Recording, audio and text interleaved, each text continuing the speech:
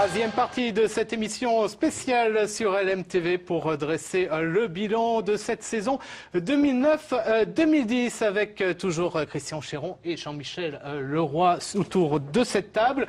Alors on parlait basket, messieurs, basket masculin. On va s'intéresser aux filles. Là, c'est une bonne nouvelle. National 2 féminine la saison prochaine pour Coulennes.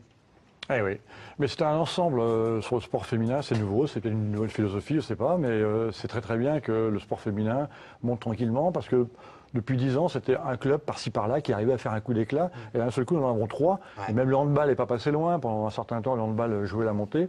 Et là, on a le volleyball, nous avons le basket et le football. Et je crois que ça, c'est très intéressant pour les gens. Et on sera à l'écoute de ce qui se passe dans le sport féminin parce qu'il y a quelque chose de nouveau là que bon, on ne maîtrise pas tout pour l'instant. Mais c'est à suivre. Là également, les finances, ça va être important parce que passer de National 3 à National 2, pour Coulennes, ça va peut-être être difficile. Hein. La marche est haute, mais bon, c'est un excellent club, c'est un superbe club. Je voudrais quand même tirer un coup de chapeau aux dirigeants des Coulennes parce que depuis le temps, qu'ils maintiennent à flot cette équipe féminine et puis qu'ils se battent souvent contre vent et marée. Dans des circonstances qui ne sont pas toujours très très simples. Mais bon, Christian l'a dit, bravo aux filles sartoises qui démontrent tous les jours que le sport et les sports collectifs sartois féminins progressent d'année en année. C'est une très très bonne nouvelle et je crois qu'il faut regarder attentivement ce qui va se passer. Peut-être qu'il y aura aussi peut-être plus de journalistes féminines dans les rédactions, qui sait. C'est un souhait aussi pour le même libre. Ah oui, non, mais je suis partisan moi, que les jeunes filles viennent nous rejoindre, mais c'est vrai que c'est pas simple. Il y a beaucoup de garçons, c'est pas une volonté d'avoir des garçons que des garçons. Je suis prêt à accueillir des jeunes filles en tant que correspondante, mais la démarche n'est pas si simple pour elles. Pourquoi? Peut-être qu'il y a une... Bon, je ne vais pas vous dire pourquoi. C'est pas spontané. Alors vous le disiez il y a quelques instants, belle réussite des filles. Est-ce que finalement, c'est pas plus simple d'entraîner des filles que des garçons? L'exemple tout simple, c'est Guillaume Coubeau, qui était entraîneur d'Ajad, qui n'a pas réussi pendant 3-4 saisons. Il passe entraîneur de Coulennes et la montée d'un coup. Est-ce qu'elles sont plus obéissantes tout simplement que les garçons? Il faut quand même. Répondre à la place de ces messieurs, je ne sais pas. Je ne suis pas convaincu que ce soit si simple que ça. Bon, il ne faut pas regarder l'équipe de France de foot où là on a affaire à quelque chose, à un mauvais miroir. Mais je ne sais pas, peut-être. C'est vrai qu'a priori, c'est de dire que c'est plus compliqué de gérer des jeunes filles parce que bon, les emplois du temps, il y a plein de choses comme ça. On a l'impression que les garçons sont plus disponibles pour les entraînements, sont plus disponibles pour sortir lors des soirées de match. Je ne sais pas. Mais elles en veulent peut-être plus, Jean-Michel, parce qu'elles savent qu'elles ont la pression, ne serait-ce que vis-à-vis de nous, on leur met pas mal la pression, les médias. Oui, mais moi je pense qu'en ce moment, c'est un peu ce qui traverse la société française. Il y a une prise de place importante des femmes, et c'est tant mieux. Je sais pas, j'étais récemment, je passais sur la manif sur les retraites, c'était une manif ultra féminisée. Il y a aujourd'hui une irruption des femmes comme ça sur des terrains, et je crois que le sport n'échappe pas à une règle générale, et c'est plutôt bien. Un mot, le volley du 10. Oui, le volet du 10, c'est un amalgame entre jeunes et joueuses un peu plus anciennes. Alors, c'est très bien d'être monté. Maintenant, il faut assumer une montée, parce qu'une montée en N2, ça veut dire que les déplacements sont tout de suite beaucoup plus longs. Et là, je pense que l'entraîneur a suffisamment de cartes dans sa poche pour peut-être aller recruter une ou deux joueuses qui permettront à ce club de se maintenir. Mais une montée comme ça de N3 en N2, c'est quand même compliqué à gérer de par le temps que vous passez aux entraînements et surtout dans les déplacements. Allez, je me tourne vers Jean-Michel pour parler d'un sport qui lui tient cher à cœur. Eh bien, c'est bien sûr le rugby, le RCM en honneur, le COP. Bon, mais disons que la saison a été difficile, hein. La saison a été remarquable pour le COP, il faut le dire, qui a très mal commencé. Et puis nos amis se sont remarquablement repris. Ils ont réussi à recomposer leurs forces. Et pour les avoir vus jouer très souvent cette saison, j'ai trouvé qu'ils ont progressé tout au long de la saison. Pierre Guillon n'est surtout pas étranger à cela. Ce sont des gens qui ont un esprit extraordinaire. On connaît l'esprit du COP. C'est un club très très fort. Ça a été un peu différent pour le RCM, c'est vrai. Je pense que certains joueurs ont pris un peu par-dessus la jambe le début de championnat. Ils ont une vision un peu consumériste du sport qu'ils pratiquent, ce qui n'est pas vraiment une des valeurs du rugby. Et puis, on a quand même vu en fin de saison, lors des playdowns, une équipe assez concernée qui ne descend que sur un match, alors que tout était possible. En fait, la saison s'est passée d'une façon un peu trop décontractée pour certains. Peut-être qu'il y a eu quelques erreurs, peut-être des dirigeants qui ont voulu intégrer un peu trop tôt quelques jeunes, mais globalement, le niveau était très très intéressant en fin de saison. Alors, pour avoir participé à la dernière assemblée générale du club, le RCM, je peux vous dire que les choses ont été mises au point. Le président Lanchon a tapé du poing sur la table. Les joueurs ont entendu le message, je pense.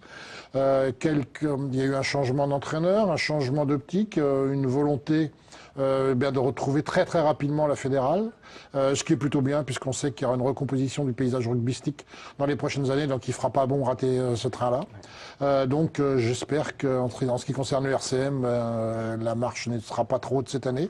Et puis bonne chance au COP aussi parce que c'est un club fort sympathique et je pense que les deux clubs au Mans ont tout à fait leur place, même si l'éternel débat de la réunification est encore en cours. Ça sera peut-être pour plus tard, mais en tout cas, c'est pas tellement à l'ordre du jour. Dernière discipline collective, le hand, avec là aussi, vous parliez de réunification en cours. Le MSH, le CSC, on verra bien. C'est pas dans l'air du temps, en tout cas semble-t-il. Et puis les filles, par contre, du CSC qui ont bien marché. Oui. Réunification, c'est la preuve que c'est pas non plus la panacée. La réunification, vous pouvez mettre tous les ingrédients dans le pot, si ça ne veut pas prendre, ça ne prendra pas de toute façon. Et là, en handball, pour les garçons, ça n'a pas pris. Les filles aujourd'hui, c'est très bien. Les Cheminotes retrouvent leur lustre d'antan, pas tout à fait encore, parce que les Cheminotes ont joué en National 2 à une certaine époque. Et donc, je pense qu'il y a un travail qui est fait, qui a toujours été fait, sauf qu'on voyait surtout les garçons, les cheminots, comme les garçons ont un peu immigré sur le MSH. Et aujourd'hui, c'est les filles. Et je pense que les filles ont les moyens, l'année prochaine, vraiment d'accrocher la montée, même si forcément lorsque vous êtes bon en National 3, quelques joueuses sont en train d'être sous les feux de l'actualité et ces joueuses partent forcément ailleurs. On l'a connu il y a 20 ans, 30 ans et là c'est encore pareil. Donc là les Cheminotes perdent forcément leur élément majeur. Donc maintenant il faut en dénicher une ou deux au sein du centre de formation. Allez, on parle des 24 heures, auto-moto. Alors, un point commun, un grand perdant dans chacune des éditions. En moto, le grand perdant, c'est le CERT de Dominique Médian. Et puis en auto, Peugeot. Moi, ça m'a fait, pour parler des 24 heures moto, ça m'a fait de la peine pour Dominique parce que c'était dramatique en plus. Donc de Guillaume, c'est jamais très très agréable de perdre une moto et dans ces conditions-là, et de perdre une course dans ces conditions-là. Dominique n'est pas dans une situation facile en ce moment. La moto d'endurance n'est pas dans une situation facile. Les constructeurs sont en train de se tâter pour savoir si oui ou non il y a possibilité de continuer à mettre autant et investir autant. Je souhaite moi que les patrons de Suzuki et d'ailleurs comprennent que c'est une discipline extraordinaire. Il y avait encore plus de 80, 100 000 spectateurs, c'est fabuleux. Et puis pour une fois cette année, les motards sont très bien tenus quand même. On a eu une assistance relativement disciplinée. Pour les 24 heures auto, on est toujours sous choc. Sous les deux chocs, le choc de la défaite de Peugeot, parce que c'était imprévisible. Olivier Kennel commence à dire qu'ils ont compris un certain nombre de choses. C'est ce qu'on on avait plus ou moins expliqué presque le samedi soir et surtout le dimanche matin. C'est qu'ils sont allés un peu trop loin en ce qui concerne la puissance moteur.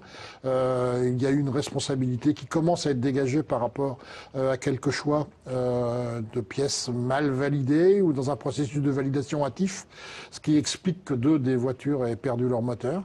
Mais ça explique pas, en tout cas, la rupture de la coque de la troisième et puis les problèmes d'alternateur et les problèmes électriques sur la quatrième.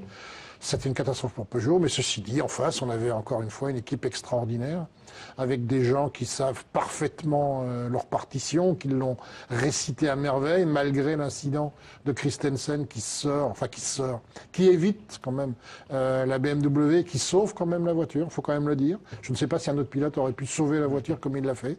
Et puis, au rang des grands regrets, on ne pourra pas manquer de remarquer qu'il manquait une grosse tache verte cette année aux 24 heures, l'absence de Pescarolo. Il y a eu beaucoup de gens malheureux et espérons qu'Henri, que je sais fort opiniâtre, est en train de reconstruire quelque chose. En tout cas, le règlement va changer, mais très très peu. On aura quasiment les mêmes voitures l'an prochain, avec des équivalences un peu différentes. Quelles seront ces équivalences? Si c'est pour répéter le duel Audi Peugeot, ben, allons-y, recommençons. Avec les voitures de cette année, tant mieux. Les voitures de l'an prochain. Eh bien, le paradoxe, c'est qu'en ce moment, compte tenu de ce qui s'est passé au niveau de la réglementation, je peux vous dire que peu de concurrents sont en mesure aujourd'hui de dire si l'an prochain ils courront avec une voiture 2010 ou 2011. C'est vrai que les voitures sartoises ont manqué. On pense à Yves Courage, on pense donc à Henri Pascarolo. Il n'y avait plus que Luc Alphonse, qu'on admet comme sartois alors qu'il vient des Hautes-Alpes. Hein. Allez, il travaille au Technoparc, on le fait sartois maintenant. Ouais. Mais il n'empêche que, bon, on focalise sur Peugeot, mais de l'extérieur, lorsqu'on doit faire du rédactionnel, on a assisté à une édition fantastique. Comme ça fait très longtemps qu'on n'avait pas assisté des rebondissements, l'échec de Peugeot, Audi qui revient, et puis tout autour aussi plein de choses qui se sont passées dans les autres. Bon, c'est vraiment pour nous une très très belle édition. Ouais. Et c'est facile d'écrire sur une édition comme celle-ci. Et ça c'est important, parce que si on écrit facilement, je pense que le lecteur lui aussi il est content, parce que c'est beaucoup plus agréable. Le plus dur ça a été de changer le bouclage, retarder le bouclage pour la Peugeot qui abandonne. Hein. On avait suivi ça d'ailleurs.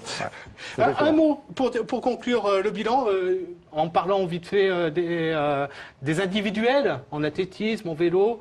On sait que la saison prochaine, c'est une saison olympique en vue de Londres 2012. On a peut-être une chance, je pense, avec un décathlonien, Romain Martin, qui a fait 4e, 2e espoir là, ce week-end. Oui, mais 7000 points, c'est pas 8000. Et gagner 100 points, c'est très compliqué. En gagner 1000, je ne sais pas comment il peut faire en une année. Ouais, moi, je pense à Christelle Donnet aussi. Bon, pour l'instant, elle n'est pas en Sarthe, elle est au centre. Le tennis est un sport olympique. Tsonga peut faire un beau parcours. C'est vrai. C'est vrai. Non, il y a des craintes. Eh bien, merci. On espère que l'année 2010-2011 sera quand même un petit peu meilleure, notamment en foot, que cette saison. Vous ne bougez pas. Dans un instant, on vous fait découvrir 3 manifestations à venir. Le triathlon international du Mans. Il y aura également le Grand Prix mondial d'assistance au vélodrome. C'est du cyclisme sur piste. Et puis, en cyclisme, ce sera en août prochain, le 21 et 22 août, avec Romain Ganal, l'organisateur. Nous parlons des 24 heures vélo. À tout de suite.